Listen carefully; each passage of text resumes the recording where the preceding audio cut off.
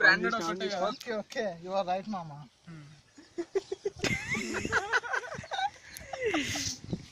అరే దాగేర్రా సీను. నువ్వెంత కొన్నావు అవి? అవి ఏమో 299 ఉండే. 299 పారాగాన్ వచ్చేస్తుందా నీకు? 299 కదా దీని వాల్యూ. నీదెంతరా? 120. 299 అంటే 300 అదే 299 అది 100 పడ్డాయి. అదే అంటే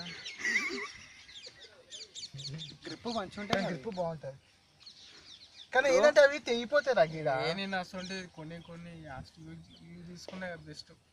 అవి ఊరికే తెగిపోతా ఉంటాయి. మధ్యలో టీడీపీ వచ్చింది అందుకే ఇట్లాంటి కొన్నాం. ఇప్పుడు కేసీఆర్ వచ్చింది అట్లాంటి వచ్చింది.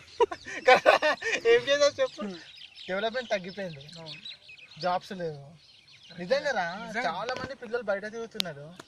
బయట అంటే అది మెయిన్ ప్రాబ్లం అనలేం రా విశాల్. ఎందుకంటే actually this problem created earlier CM ex CM YS Rajasekhar Reddy. ఇంకొకటి ఒక బ్రాండ్ అనే పడిపోయింది, ఒక మచ్చ అనేది పడిపోయింది. ఫ్రీ రీఎంబర్స్మెంట్ అవునా కదా? అవును. ఇప్పుడు అదే నడుస్తుంది. అందుకే జాయిన్ అయ్యారా లేరు పోరాలు. ఇప్పుడు అదే డిగ్రీ రా.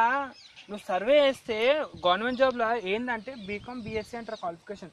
బిఎస్సీ కూడా అన్నారు, బీకామ్ అంటారు. అర్థమైందా?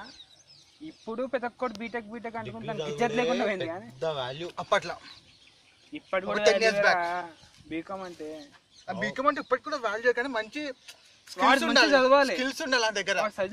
సర్టిఫికేట్ ఉంటే పనికిరాడు. మంచి నాలెడ్జ్. అంటే ఎలాంటి స్కిల్స్? టాకింగ్ పవర్, చెప్పగానే సొల్యూషన్స్, అకౌంటింగ్ లలో. అంటే డిగ్రీ అంటే బీకామ్ ఒకటే ఉందా లేకపోతే బిఎస్సీ లేవా? బీకామ్ చేస్తాడు కానీ అంటే బీకామ్ అంటే అకౌంటింగ్స్ ఏనా? ఐటీ ఎలక్ట్రానిక్స్ లేవా? అది చాలా తక్కువ, అకౌంట్స్ కే ఎక్కువ ప్రిఫర్ చేస్తాను నేను. నా ఫీల్డ్ కామర్స్ కదరా. గవర్నమెంట్ డిపార్ట్మెంట్ వాళ్ళు ఎక్కువ బీకామ్ చూస్తారు, సైన్స్ వాళ్ళు తక్కువ. వాళ్ళకి ఏమైనా టిప్స్ అని రా ఇట్లా జాబ్స్ కొట్టాను అట్లీస్ట్. నువ్వు పెట్టకపోయినా అటెండ్ కాలేదు, నాకు ఎక్స్పీరియన్స్ లేదు, ఇంటర్వ్యూస్ ఎక్స్పీరియన్స్ లేదు నాకు. పోనీ ఎట్లా ఒక జాబ్ దొరికిన తర్వాత ఎట్లుండాలి వీళ్ళు ఆఫీస్ లో? అదన్నా చెప్పు. కలిసి ఉండాలి. నువ్వెంత అంటే నువ్వు దెంగ అంట.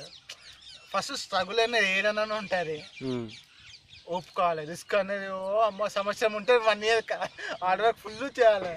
ఇక మీరు అది రాదంటే ఇంట్లో కూర్చోవాలి.